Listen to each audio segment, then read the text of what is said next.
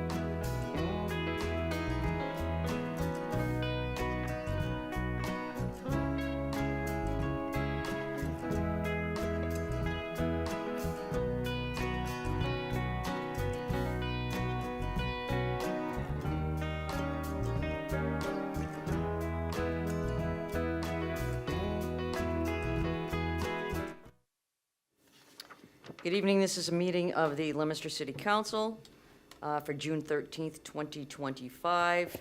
Everyone, please join me in a Pledge of Allegiance. I pledge allegiance to the flag of the United States of America and to the republic for which it stands, one nation, under God, indivisible, with liberty and justice for all. And we will begin with a roll call of the councilors in attendance. Councilor Noseworthy? Here. Councilor Shalafo Zephyr? Present. Councilor Robbins? Present. Councilor Frida? Present. Councilor Cormier? Present. And I will be marked in as president. Obviously, this evening, we have Council President Mark Bedanza and Councilor Bob Tossi, who are not here this evening as they have conflicts with this particular item that is on our agenda. And having said that, I am going to turn this over to the chairwoman of Legal Affairs. Councilor Frida. Thank you, Madam Vice Chair. We were charged with looking into the integrative medicine special permit to operate a marijuana-grown facility. Just for the record, in case anybody wants to wait, I'll leave it up to you. The attorney's calling in at 5:35, so if there are any questions that come up before then, or if you want to wait, I'll go by whatever everybody wants to do. I think my recommendation would be to have a brief discussion, then when he Right. calls in at 5:35, Right. That we was can my- talk about our prior meeting, what we Right. decided, why we're Right. here, and then go ask the attorney questions. Yeah. We had our initial meeting, which was before our regular council meeting. We did not have time to complete that meeting, so we continued the hearing until April 14th, I believe it was. At that time, there were a number of people. Hello? Not bad, Alex. How are you? We just started the meeting. I was just beginning to tell the council what's transpired. I'm going to turn you over to Brandon. He's going to put you on the microphone. Okay. So at that second meeting, there were a number of the principals that were not able to make it due to graduation commitments in other states. And we had given our word that we would give them the opportunity to continue their discussion from the first meeting that ran too late. So we continued it to this past Tuesday. And one attorney was by phone, Matthew Chasen, who represented Apticol, who was one of the companies, and Kevin Crowley was here, as well as Jim Piamarini. We did have a long discussion. We ended up closing the hearing.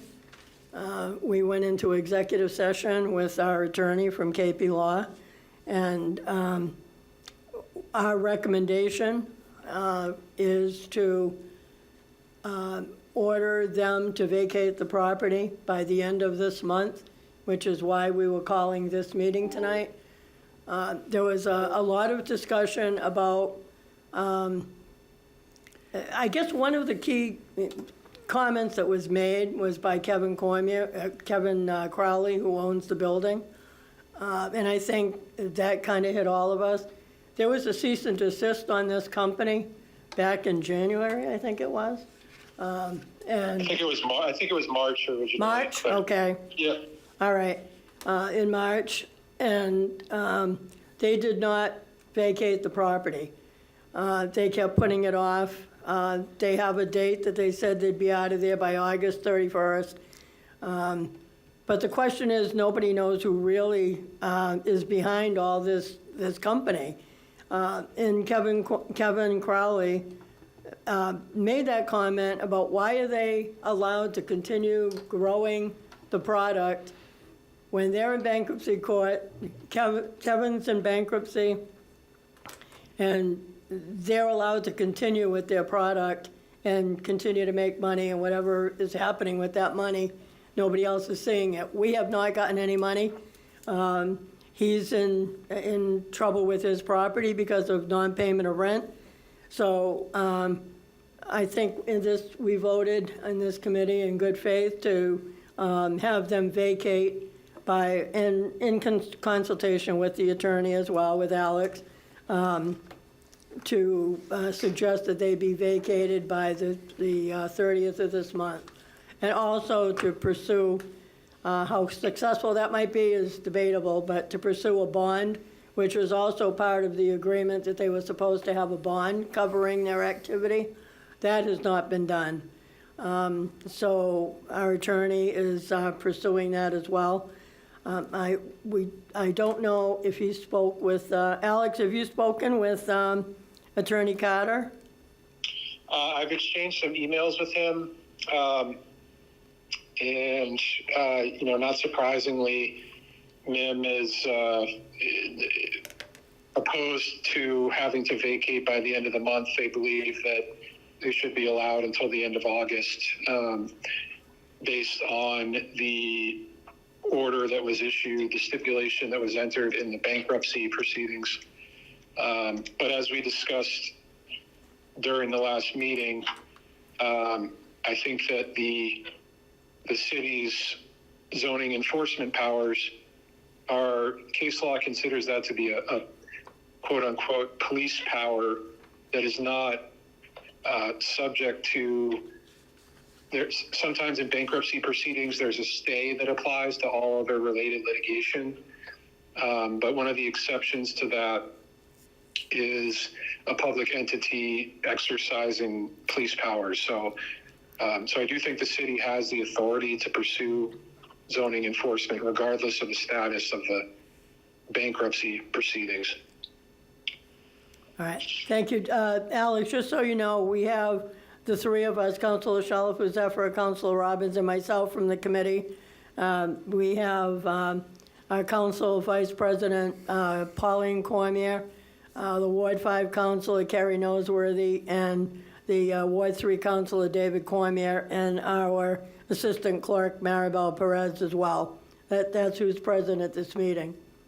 Oh, great. Good evening, everyone. Hello. Good evening.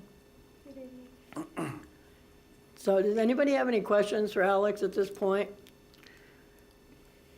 I do not. Councilor Cormier? Yeah, Alex, can you tell me what's to stop MIM from running in and getting some kind of injunctive relief if we vote on this tonight?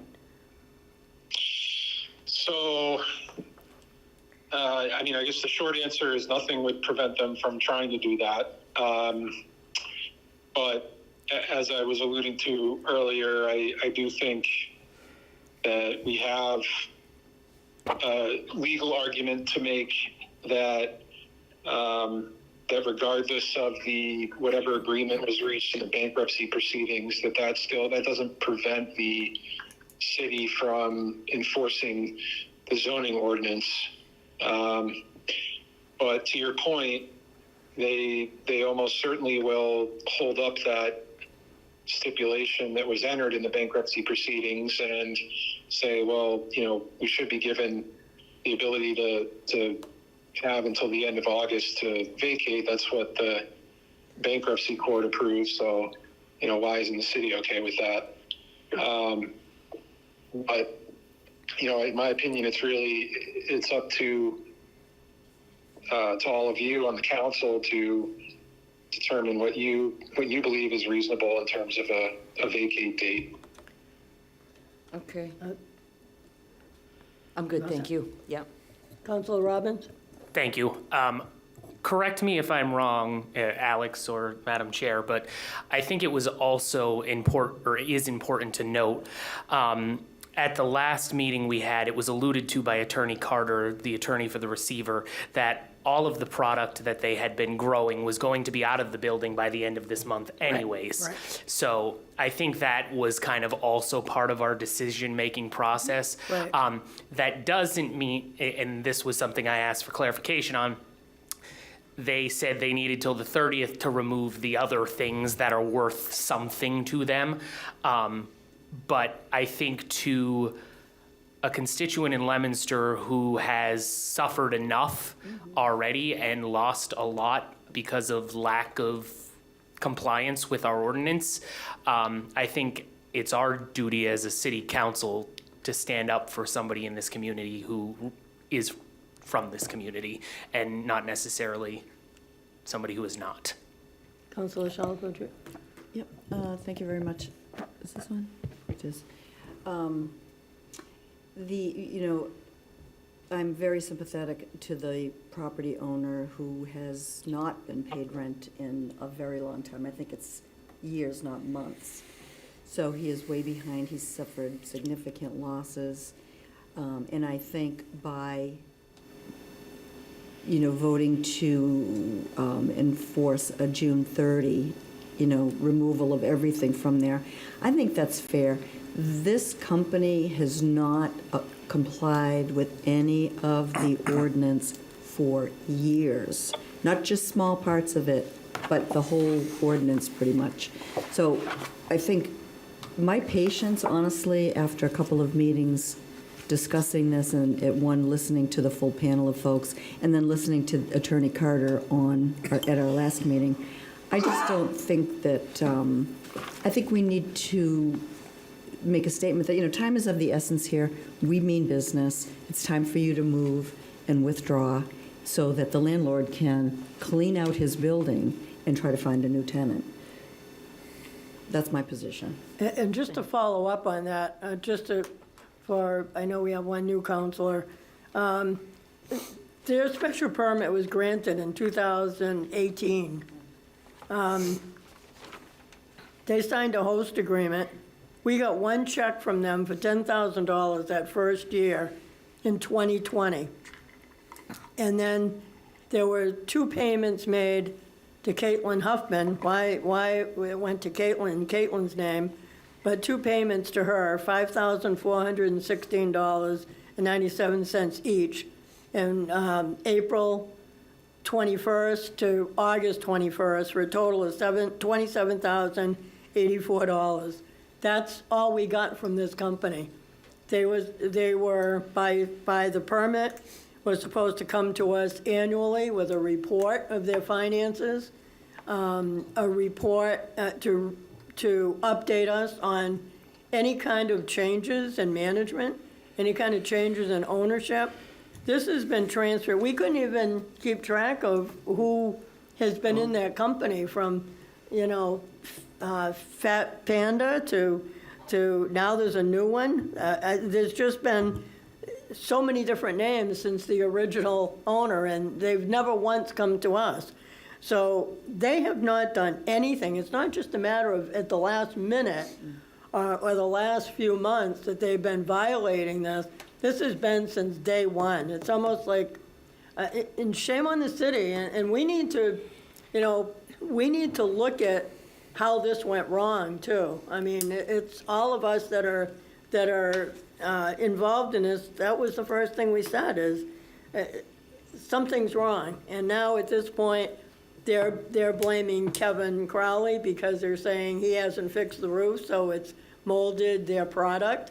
They're saying that their product is molded because the roof leaks. So it's just, there's going to be no solution here. And to go with the councilor at large's comment, we need to make a statement for the property owner of the city at this point. And, something should have been done. And I think the cease and desist was like the last thing in his face was they were ordered by the city to stop, and they just kept on growing, and there's been no respect. I think Councilor Noseworthy was that. Thank you, Madam Chair. I was just going to add that in hearing all of the facts of what's been going on, this makes a lot of sense, this June 30th date. And to your point, not just for the landlord and for everybody that's been impacted, but to your point, Madam Chair, moving forward to sort of set precedent that we do mean business. So thank you. Thank you. Councilor Robbins? Alex, did you have something? No, I did not. Thank you. Okay, sorry. I thought you had something you were going to add. I just wanted to add really quickly, and I don't want to stray too far from this, but this is kind of aligned with the point that you just made about, I do think there is a lot of importance as a council for us to take a look at this ordinance moving forward, because there are 2 other special permits that have been granted that, from what we've done research on, seem not to be active, but they're still out there. And none of these companies have come before the council in a manner like they should. So I just want to make sure that's said for the record. We just need to be careful that we stick to the Yes. Middlesex. Councilor Cormier. Yeah, I just want to weigh in and, make it clear that I think our job is very simple. These people have not followed rules, regulations, and we need to make it clear that we're done. We're all done. And, at this point, it's going to be in the hands of the attorneys. They're going to have to make sure everybody follows through. We certainly don't have that authority, but I just want to thank the committee for, all their work on this. It's been a mess, and it should have never happened. but we need to make it clear that, you know, we're done. We are all done with whatever's going on, because it shouldn't be going on. And so, you know, I was about ready to say this a meeting or two ago, but I wanted to let the committee finish their work. You know, I was not in any of the executive session meetings, and I didn't want to kind of act out of line, but yeah, we're good, we're done, and I want to vote to deny them from this, whatever they've had. I don't even think they have anything. It's all revoked as far as I'm concerned. That's how I'm voting tonight. It is revoked, and they can cease and desist and leave. And I think that was, we all apologize, I think, for having a meeting on Friday at 5:30, but, you know, we couldn't wait till the 23rd and then just give them a week to get out. So with the, you know, the point that Councilor to my right mentioned about their product being done at the end of the month, there's no reason. And the bond is important because I think that the owner of the property is still concerned about how much damage are they going to do removing some of the walls that they have built, some of the ceiling fixtures. I mean, there could be some substantial damage, with a lot of that is between the owner of the property and the company. But as much as we can try to reduce that or show some regard for a member of the community, I think that's important. So, all right, I think we're, Chair, go ahead, Councilor Shalfo. Do we have a recommendation? Yes, the unanimous decision of the committee is to have them vacating the property. Our attorney is ready to move on it as soon as we vote, I believe. So the recommendation is to vacate by the end of this month, June 30th. Does the motion include, I'm sorry, I just want to be sure, any action to rescind the special permit and order that they move, or just order that they're out of the facility? Their special permit is expired already. Yep. So Okay. that's not even All right. part of it. So the motion we have on the floor is by unanimous recommendation is to order MIM to vacate the location by June 30th, 2025. Any further discussion? And we're going to do this by roll call. Do we need a second? Oh, can I have a second? Well, the committee's already Sure, I'll second moved it. it. Okay. Okay, seconded by David Cormier. Again, we're going to go to roll call. Counselor Noseworthy? Yay. Counselor Shalfo Zephyr? Yay. Counselor Robbins? Yay. Counselor Frida? Yay. Counselor Cormier? Yay. And I will be recorded as a yay, and the motion carries. I see nothing else on the agenda, unless anybody has any further comments or questions. Motion to adjourn. Second. And seconded, and we are adjourned. All those in favor, sorry. Alex, thank you very much. Yes. I didn't expect to see anybody. You too, Alex. Thanks.